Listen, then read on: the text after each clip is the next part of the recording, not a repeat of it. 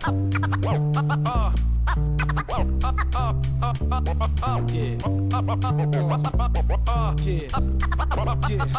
magic. You got to know, got to show. It's time to roll. So just tell me what you want to hear. Tell me what you want. So just tell me what you want to hear. Welcome back to another edition of RatG TV. Your host Ryan here, and I am pleased to bring to you guys director, or I should say one-part director of the movie Immortal, Rob Margolies. How you doing, Rob? Thanks so much for being here. Of course, my pleasure. Thank you. This is all my pleasure, actually. I just want to say thanks for doing this. And first of all, let's tell fans a little bit about the premise of Immortal. Yep. Immortal is about ordinary people who realize that they cannot die. And that is sort of like the twist that you won't see coming of each chapter.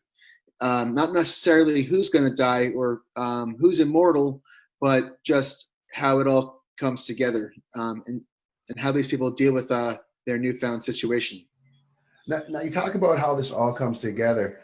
This isn't your typical storytelling mode. You have different chapters here and different directors for each chapter. But this is all comes together under the brainchild of one person. Can you tell us a little bit more about the writer? The writer, John DeBach, a friend of mine, he one day just came to me with the idea of this concept and told me he wanted to do it like as a four-part anthology film. We were like really into Black Mirror at the time, like we still are, great show. And we were just trying to just think of new concepts that we can do on a budget and still get small name actors attached to it and just make it something that could potentially be profitable and of interest to a wider public. Right. Now you talked about getting on some smaller actors, but that's not the case in this movie at all. You've got some big name talent here. Of course, people are going to gravitate to Mr. Candyman himself, yes. Tony Todd. You, however, got to direct one of my favorites going right now, and that's Dylan Baker from Hunters most recently. And in this movie, he blows my mind. Yeah, right. And I'm sure a few people. But tell us a little bit more about what it was like directing Dylan, what he's like on set.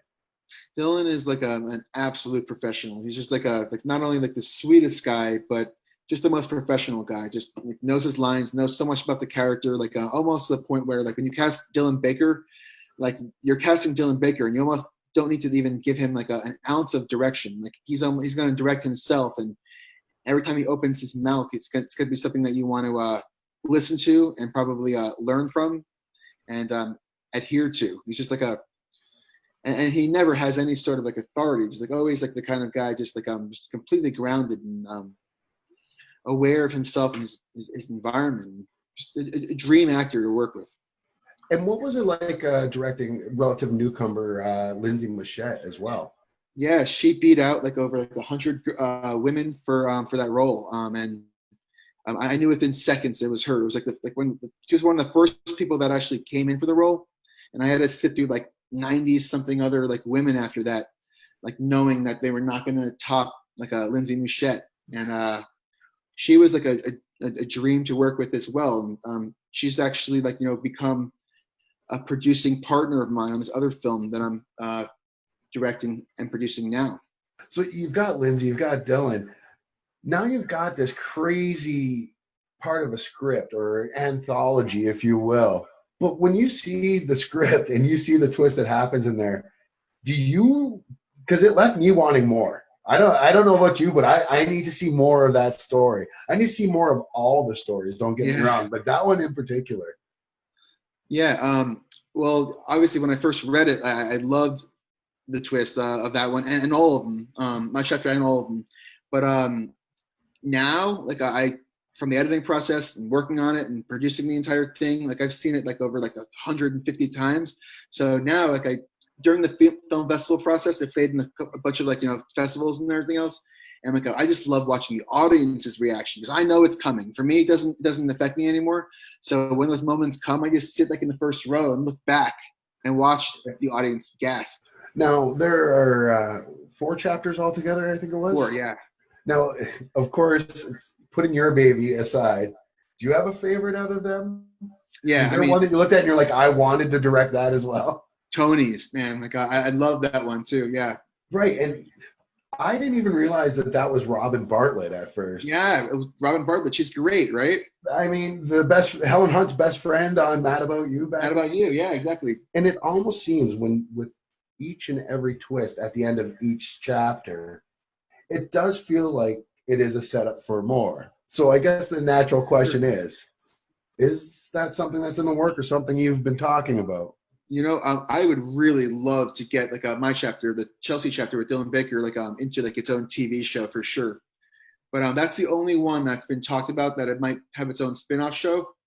The rest of them are kind of like they are what they are in a sense. Like right. I would love to just do like more. I just love the whole like cliffhanger ending. The fact that like it makes people want more. I feel like it's sort of like how my favorite show of all time, Breaking Bad, ended. Like when it ended, like I wanted so much more. Mm-hmm. And like everyone wanted so much more. I guess that's why they made that El Camino like a decade later or whatever, right? But right. Did you feel fulfilled after El Camino? No, I still want more, right? You still need more. I'm just going out and creating it myself. Like the next time that I write something for myself, it's going to be something along those lines, like a serious crime investigation, like a sort of like film, like my heart is just like there right now. Like right. And I tell people like it really rings true to me. If I wasn't a filmmaker, I'd be like a forensics like crime scene like investigator. So what kind of influences were big for you then? If you would have been a forensic scientist, I'd imagine, of course, the CSI type shows. But what type of movies and stuff were in your wheelhouse? I guess like Kubrick a lot. Well, actually, it's kind of funny. I could give you a little tour of like the posters on my wall right now. But like Pulp Fiction is definitely like a Quentin Tarantino's work.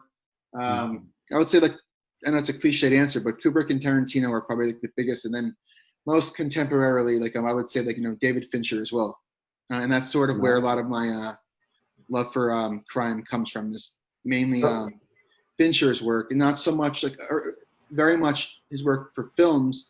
Like Zodiac is one of my favorite movies of his, but also like his TV show Mindhunters on Netflix. Right. Like I think it's the best show on Netflix. But that's the one show that I cannot wait for the next season of. Right. So do you find the documentaries hold a little more true to you then? Yeah, absolutely. I've seen all of them. Like all of like those FBI shows. Like after I got like divorced many years ago and I was like living on my own and like I couldn't sleep. So I used to like watch like the Forensic Files. Like I literally got obsessed with those shows. And I used to like, like at all hours of the night, just like binge that. And I think I've watched like all of those. Like yeah. Moving forward though, for shelf life, I guess, or they would say, or staying alive, when can people expect to come and see this? Okay, on September 8th, it's going to be available like on like all video on demand platforms, Comcast, Fios, like Spectrum, DirecTV, all those platforms. Just check like the new releases, or if you can't find it, just search like alphabetically for Immortal. It'll be there by September 8th. Also on Amazon Prime for rental and purchase. So everyone has that. Nice. Now, how was speaking of being released on VOD and stuff? How has COVID kind of hurt or helped the movie making industry, especially when it comes to independent movies? I released another movie, All You Can Eat, which is now available on video on demand on all those platforms and Amazon that I just said. And we are getting our first quarter numbers back in 1 week. So you're 1 week premature from asking me. I'm about to find out. So tell me, what do you have moving forward? What's going on with I have 2 movies that have been delayed for like the better part of the spring and summer now, and they're finally now happening, and they're back to back, of course, in the same month of October, which is nuts. But like, I'm making this movie, Bobcat Moretti. It's a movie. It's like a boxing and like sort of redemption movie, like that. My good friend and actor Tim Realbuto wrote for himself. He's the star of my other feature films, Yes, which comes out in October. and we have a few other stars attached to Bobcat. One of the press release is going out next week, but I will say that Vivica A. Fox is playing the female lead, and we got a couple of other names as well that we're signing on. And then I have another movie, Man and Witch. It's like a children's fantasy film, and right after I finish Bobcat, I'll be going to the United Kingdom for the rest of the year to make this film. It's like a comeback vehicle for Tammy Stronach, who's like the childlike empress from Neverending Story. Yeah, and we have a few Christopher times. Lloyd. Yeah, Christopher Lloyd's attached to it. Rhea Perlman, Michael Emerson, and Sean Astin right now. And we're looking for other UK names to fill in for the rest of the roles. Wow, that is a huge cast that you've got going there. Yeah, and it's not even like 50% cast yet. So look out for that many more at least names joining us soon. Now, have you, like most filmmakers that I speak with, have been film fans and TV fans their entire life? I'm assuming you're the same way. Oh yeah. Now, that being said, being such a fan of this stuff, do you still get the fanboy moments? Do you still get overwhelmed when a big name comes on set? Like a Dylan Baker, or you're saying, to me, I'm an 80s kid, so Rhea Perlman, as soon as you say that, I start thinking Carla from Cheers. So do you have that still? Do you just do your best to keep calm around them? Sometimes, it's usually for not who you really expect. It's for some actors who I guess I don't know. No, I think I've really learned how to just treat them as people, and just be grateful and appreciative of the fact that they're there, and know that their time is so valuable, and the fact that I have their time, it's not valuable, but it's also invaluable, and it's also very expensive usually, Mm-hmm. So it's I just make the most of it, and we just go straight to work. I don't have any time to do anything else but just work when I'm with them. Right. And that's very cognizant of you, though, to kind of take their feelings and their thoughts kind of into account for that. Is that something that was, instilled into you in film school, or is that something, that's family inherited, or is that just something that you've always been like?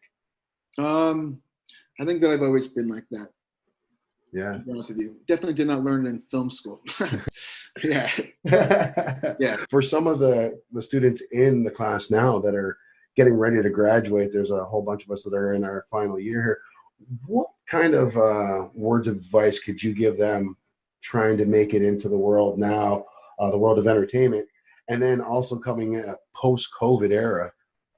Oh my God. So this is what I tell everybody. It's if you want to be a filmmaker, meaning you want to you have a vision and you want to make your own projects as a director, producer, or the person that gets it done, you have to be able to, with confidence, look everyone that in the eyes and ask them for money or their time, because time is money. And if you really can't do that, you either have to be well off or really lucky. Yeah. And that's my advice.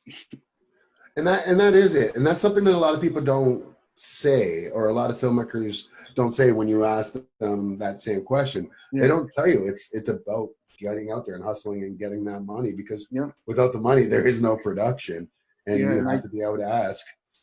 Yeah. And I didn't fall into the luck card of falling into money. So I had to find it myself to get projects made early on, Right. And for those in my boat who don't have access to money to make your own projects, it really is just a numbers game, and really to boost your confidence, you can't treat this as a hobby. It's a film business, and I just see most people just treating it as that hobby. What's the alternative?